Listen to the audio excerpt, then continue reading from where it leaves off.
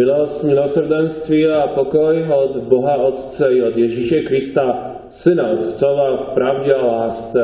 Amen. Sestry a bratři Kristu, slovo Boží, které je základem dnešního kázání, najdeme v Evangeliu Matouše, kde v 10. kapitole takto čteme. Hle, já vás posílám jako ovce mezi vlky. Buďte tedy obezřetní jako hadi a bezelestní jako holubice. Mějte se na pozoru před lidmi, neboť vás budou vydávat soudům, ve svých synagogách vás budou bičovat. Budou vás vodit před vládce a krále kvůli mně, abyste vydali svědectví jim i národům. A když vás obžalují, nedělejte si starosti, co budete mluvit, neboť v tu hodinu vám bude dáno, co máte mluvit. Nejste to vy, kdo mluvíte, ale mluví ve vás duch vašeho Otce.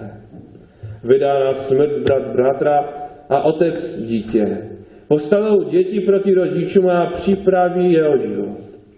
Budou vás všichni nenávidět pro mé jméno, ale kdo vytrvá až do konce, bude spasen. Modleme se. Milý Bože, osláv své slovo v našich srdcích a svým duchem je učiň tak jasným a hřejivým, abychom v něm pro sebe přijali potěšení a radost. Amen.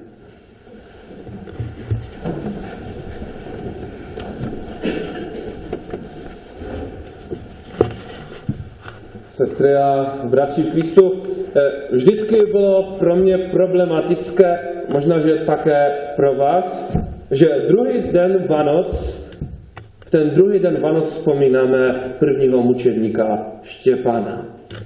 Vždyť Vánoce se nám spojí s klidem, s takovou úžasnou rodinnou atmosférou a Štěpán je to jakoby člověk z úplně jiného příběhu. Jestli se ale zamýšlíme nad smyslem Božího narození a dnešního svatku, tak uvidíme, že tento rozdíl není až tak obrovský. Protože kdo to je mučedník? Řecké slovo martys znamená doslova svědek. Ježíš nenarodil se v Betlémě, aby měl hodně sezonních fanoušků, jako to dnes mají například hvězdy populární hudby, ale aby mít upřímných, připravených k službě lidí. To znamená svědků. Doufám, že každý z nás má vědomí toho, že bez svědků církev křesťanská nemohla by existovat. Starověký církevní spisovatel Tertullianus napsal v své knižce Apologeticum slova: čím více nás kosíte, tím více je nás. Krev mučedníků je semenem křesťanů. To bylo, je a bude překvapující, že křesťanství má svou sílu v době pronásledování.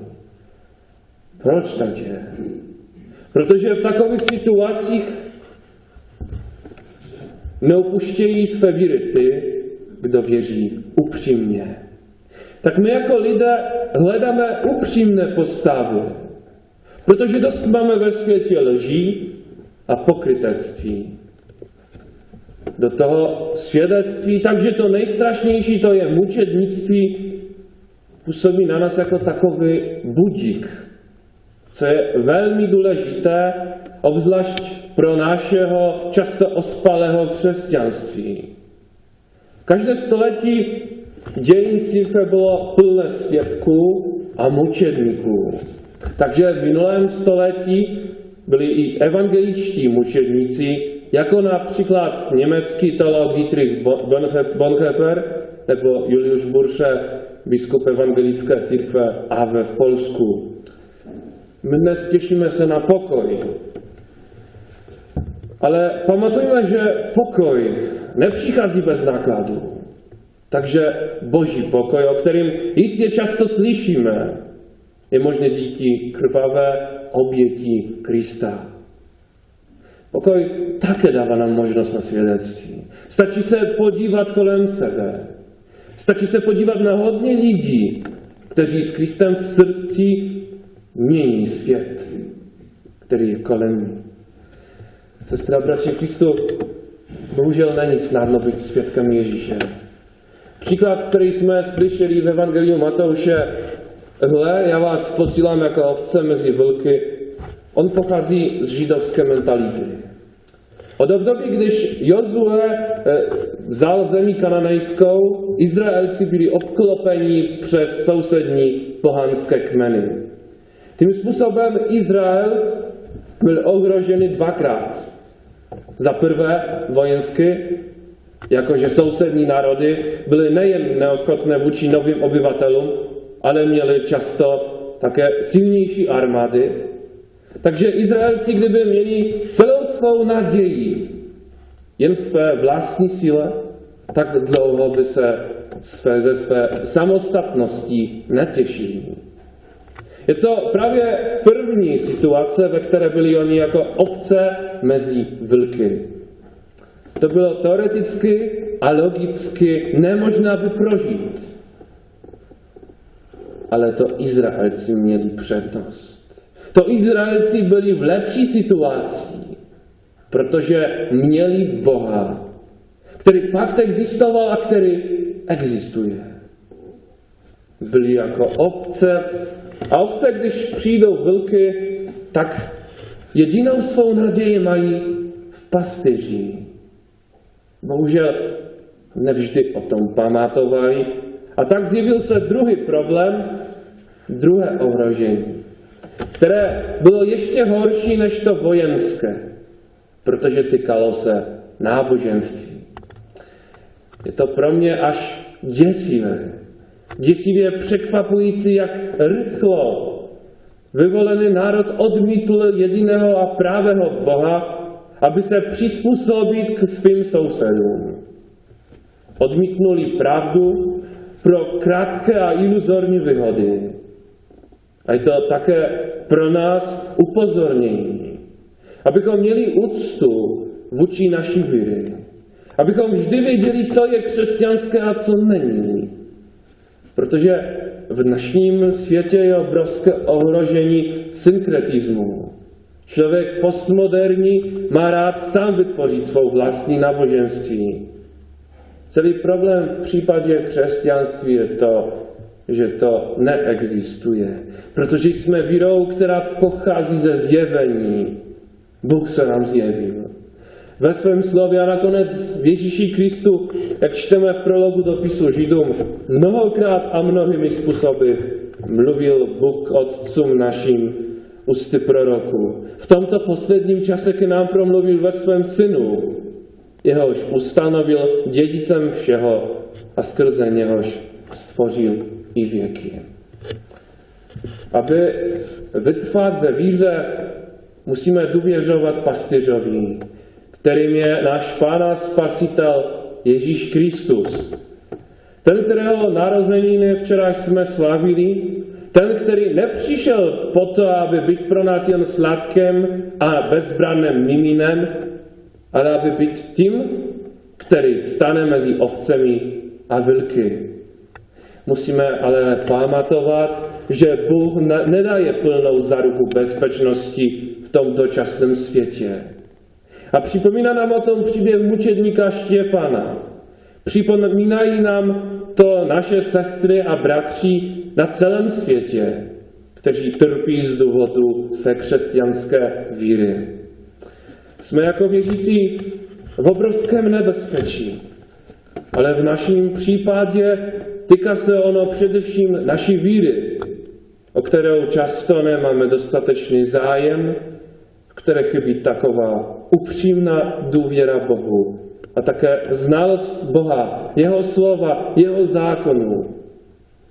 Myslím si, že to je největší problém evropského křesťanství. Když pastýř je nám cizí, tak vlk, to je šatan, pán tohoto světa, je pro nás a pro naši víry zvláště nebezpečný.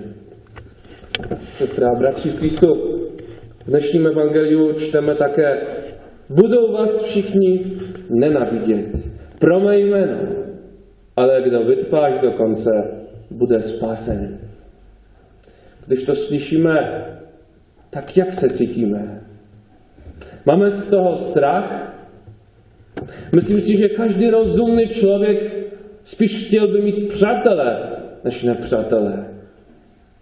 Je možné křesťanství, v kterém neděláme si protivníky? Aby odpovědět na tuto otázku, tak nejprve ať každý přemýšlí o tom, kdo to je křesťan. Toto slovo bylo použito poprvé v Antiochii. Dnes je to město Antakia, to je na hranici Turecka a Syrii. Pohané, kteří tak nazvali učedníků Krista, chtěli zdůraznit to, že tyto učedníci následují Ježíše. No a jak někdo následuje Ježíše, tak musí to dělat s vědomím toho, jak pronásledovaný byl náš Pán. V 1. Petru v 4. kapitole čteme, kdo však trpí za to, že je křesťan, ať se nestydí, ale slaví Boha, že smí nosit toto jméno. No právě, jak často vůbec Bohu děkujeme za to, že smíme nosit jméno křesťan? Často bereme to jako takovou čistou samozřejmost. No, pocházím z křesťanské rodiny, jsem byl pokřtěný, možná jsem v sborové kartotece a jsem zaplatil členské. To ale ještě neznamená, že jsem křesťan. Křesťanství se začíná tehdy, když děláme každodenní důležité rozhodnutí s otázkou, co by udělal Ježíš. A když tak se nad tom zamyslíme, tak odpověď nevždy bude jednoduchá. A především řešení problému bude ještě těžší. Protože jak čteme v knize Izajaše, mé úmysly nejsou úmysly vaše a vaše cesty nejsou cesty moje, je výrok Hospodinů. Těžko je vždy a všechno dělat podle Boží vůle, protože jsme hříšní. Ale potom Ježíš přišel na tento svět, aby hřích nás celkem neblokoval. On nám dal právou svobodu. Ne proto, abychom pohrdali, ale abychom moudře ji používali. Jestli moudře a vděčně používáme naši svobodu, jestli inspirujeme se Ježíšem, jestli se nestydíme za svou víru, jestli žijeme každý den z Boží milosti, to je zvědomím, že veškeré dobro Bůh nám dává nezaslouženě, tak tehdy jsme křesťané. A jak jsme křesťané, tak nemáme strach z toho následku. Tak nemáme strach z toho, že někdy budeme mít těžko. Protože nejsladší útěchou mělo by být pro nás to, že jsme křesťany. Že svým životem ukazujeme na Krista. A je to fakt pěkné. Je to něco, co může a mělo by být smyslem pro náš život. Sestry a bratři v Kristu, přeju nám všem, abychom vážili si toho, že z Boží milostí můžeme jmenovat se křesťany. A z vědomí toho dobře prožili toto vánoční období a každý další den jako svědkové Ježíše. Amen. Modleme se.